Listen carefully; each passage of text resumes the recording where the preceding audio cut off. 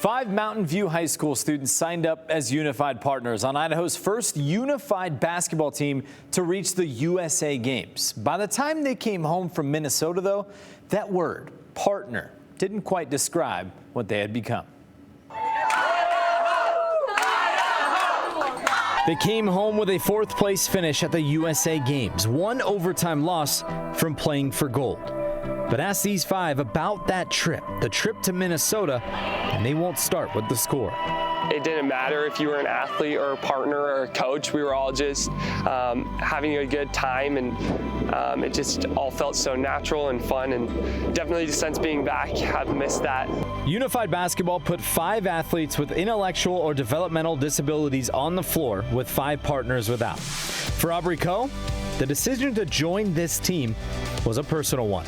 Well, actually, my brother's special needs, and so he's always been in the Club Unified program at school, and he's now graduated, but I just thought, doing that would be so cool. And I've known the coaches my entire life, and so I just feel like it was really great to, get out there and, make friends with all these kids, because they're so sweet. 4 of the 5 partners came in without a basketball background. Months of practice got them to Minnesota, but the tournament showed whether those practices had turned them into a team.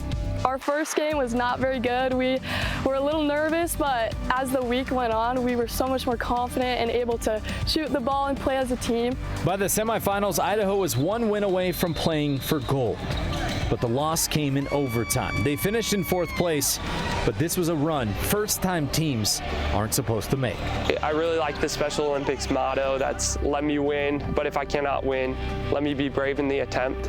And I feel like that's what our team really represented while we were there, just giving it our all no matter what the outcome was, and just happy to come home with the medal. So it's probably one of the most fun things I think I've ever done.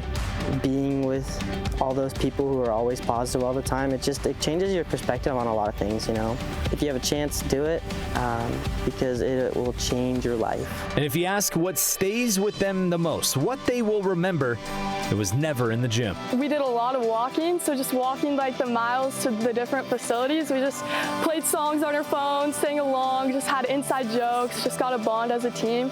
And I think just like this past year, I gained so many new friendships that I don't want to lose for sure. One of my teammates, he's not here, his name's Lakin. From the beginning of the season, like when we first started, we weren't close at all, right? He probably thought I was weird because I'm always yelling, laughing. Gaining that friendship and buddies that hopefully are my friends for my whole life. Lincoln was a teammate he barely knew and became a friend he hopes to keep for life. That's really what inclusion looked like on this team. And it left Ashton with a simple question.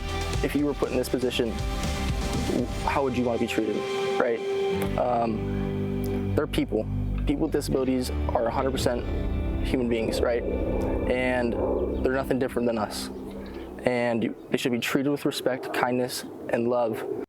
Ashton is right. Respect, kindness, love, it's really that simple. It's how every person deserves to be treated.